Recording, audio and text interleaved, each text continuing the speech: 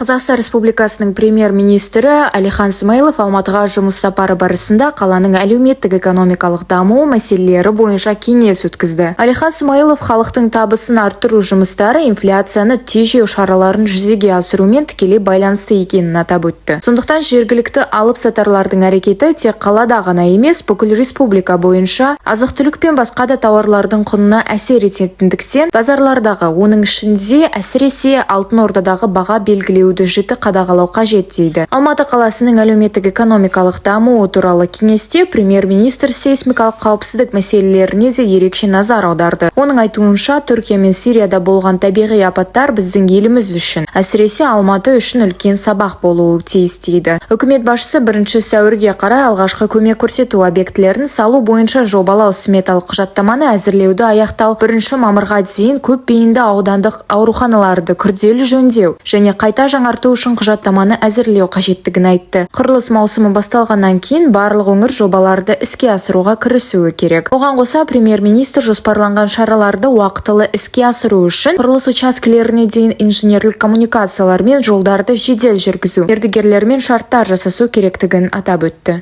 Бұл индустриялық аймақ өте маңызды, және әкіммен келістік, осындай аймақтарды ары қарай кеңейтуге керекті қаржыландыру мәселесін шешуді келістік.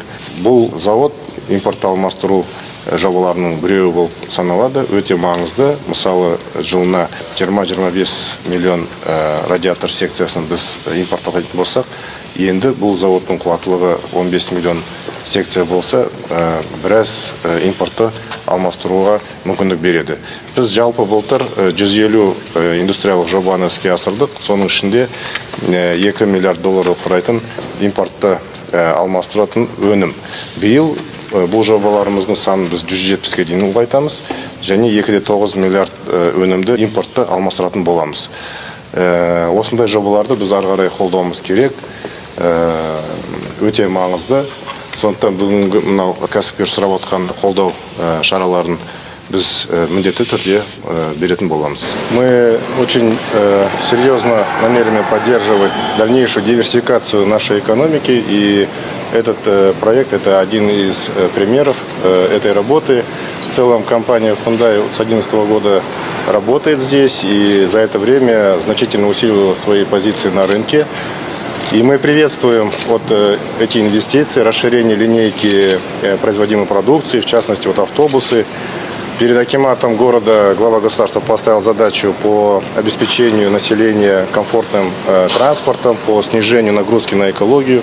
Поэтому это производство имеет важнейшее значение для этих целей, и не только для города Алматы, но и для в целом Казахстана.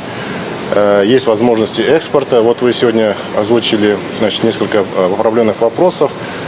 Что касается грузов из Китая, то у нас есть договоренность с китайской стороной, что в ближайшее время они ослабят ограничительные меры, которые в свое время вводились, связанные с коронавирусом, с пандемией. И надеемся, что сейчас динамично начнет грузопоток с китайской стороны и в эту сторону, и в обратную сторону также расти будет. Қаладағы азық-түлік тұтыну көлемінің 70%-ін жаңа әкім айтқандай Алтын Орда базары қамтып отыр. Ал ондағы алып-сатарлар бағаны негізсіз едәуір өсіріп, Алматы ғана емес, бүкіл елімізге теріс әсерін тигізіп отыр. Сондықтан осы базардағы баға қалыптастыру мәселесін мұқият қарау керек. Тиісті органдармен бірге жұмыс жасау қажет. Азық-түлік тауарлары нарығында бәсекелестікті орнату мақсатында Алматы агломерацияның шығыс және солтүстік бөлігінде қосымша сауда алаңдарын құру мәселесін пысықтау қажет. Сондай-ақ әкімдік сауда және интеграция министрлігімен бірлесіп, делдалдық схемаларды анықтау бойынша өңірлік комиссияның тиімді жұмысын қамтамасыз ету керек. Бағаны негізсіз өсірмеу үшін барлық механизмдер айқын, тек тиімді жұмыс қажет. Жақында Түркия мен Сирияда болған табиғи апаттар біз үшін, әсіресе Алматы үшін үлкен сабақ болу тиіс. Соңғы рет қалада объектілерді паспорттау 17 және 18 жылдары жүргізілді. Төтенше жағдайлар министрлігіне Алматы қаласының әкімдігімен бірлесіп, қысқа мерзімде сейсмикалық аудит жүргізіп, сейсмикалық қауіпсіздікті күшейту бойынша шараларды іске асыру керек. Алматыда ғана емес, жер сілкінісі болуы ықтимал республиканың басқа өңірлерінде де сейсмикалық қауіпсіздікті қамтамасыз ету мәселесінде әлемдік тәжірибені пайдалану қажет. Индустрия және инфрақұрылымдық даму министрлігі бұған дейін алынып тасталған жобалау, құрылыс және бақылау процестерін заңнамалық тұрғыда қатаңдату мәселесін шұғыл түрде қарастыру керек.